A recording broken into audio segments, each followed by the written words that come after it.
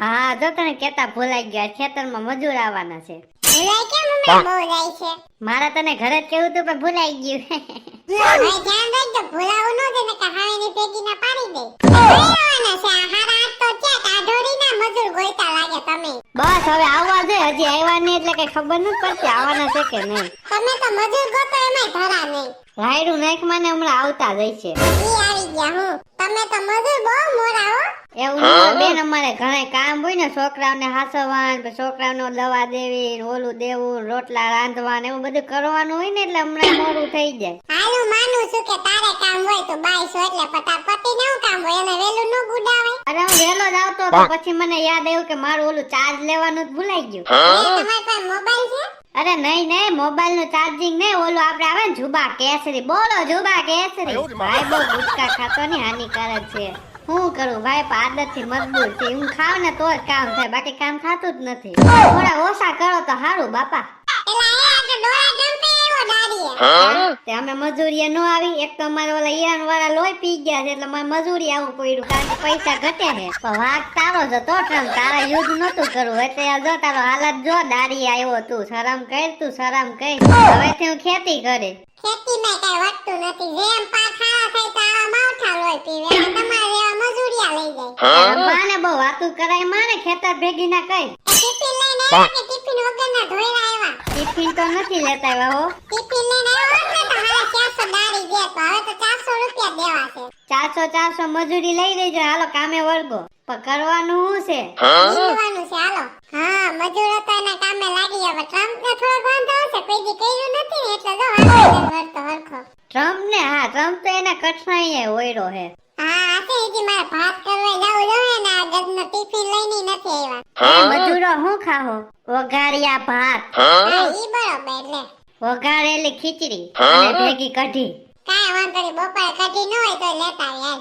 1 piece pizza plus burger plus cheese. એ Trump તું અહીં દાડી આવ્યો સાથે નથી તારી અદાલત કે તું જી માગશો ઈ તને ધરી જાય. એવું કઈ જશે નહીં, સાનું મુનું વઘારી ખીચડી ને ભાત ખાઈ લેજે. હા તો તાર જાવું હોય તો જા, તું ટિફિન લેતા ને હું ધ્યાન રાખું છું મજૂરનું. ક્યાંય આગા પાછા ન થતા હો. હા બાપા, હા તું જા ને.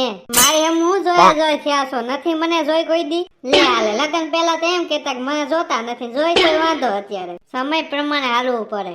એ સાસુમાં ખેતરમાં મજૂર આવ્યા છે. લે લે, મજૂર આવ્યા છે. એ પાણી એવું છે તો તમે પાણી ભરો ને હું ખીચડી ને એવું બનાવી નાખું. હા તો એમ કરે હાલ. હાલો ટિફિન તો બની ગયું, વઘારી ખીચડી ને જી મજૂરે કીધું હતું ને બધું બની ગયું આમાં. હાલો હવે હું વારી ભેગી ની તો થાવ. હવે શેઠ કેદી ટિફિન આવે છે, પછી ભૂખ લાગી હો.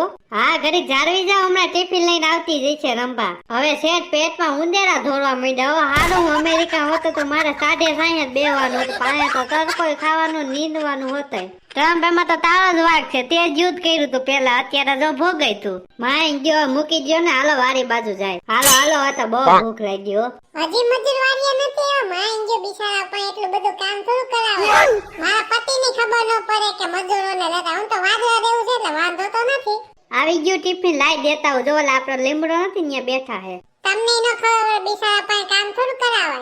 એવું નહોતું, પેલા જ મારે એને કહી દેવું હતું કે હાલો જમી લ્યો. પણ વાદળા જેવું હતું એટલે સાયું હતું એટલે મજા આવતી હતી એને કામ કરવાની. હવે 4 વાગે એને મોકલશું પાછા એટલે. હા તે વાંધો નહીં, તમે ટિફિન લેતા જાવ એટલે બિચારા ખાઈ લે. હાલ તો ટિફિન તો દેતા હોય એટલે બિચારા ખાતા તો થાય અને આપણે ઘરે ભાગી. તો ટ્રમ્પ કેવું ખાધું? બરોબર ખાધું ને? ભાઈ તો નહીં પણ ખાઈ લીધું, ભૂખ મેલે. કઢી તો કઢી ઉલાળવા માંડ્યો. હા તે આવું કોઈ દી ખાધું નહીં ને. આ તો સેન્ડવીચ ને બર્ગર ને પીઝા એવું જ દાબતો, એટલે તો જો વાર પીળા થઈ ગયા. હવે ટ્રમ્પ અહીંયા કામ ઓછું કરવાનું, એવું કઈ ન હોય કે ફરજિયાત કામ કરો. હા નિરાતે કામ કરવાનું, એટલે એને એમ લાગે કામ તો કરે છે.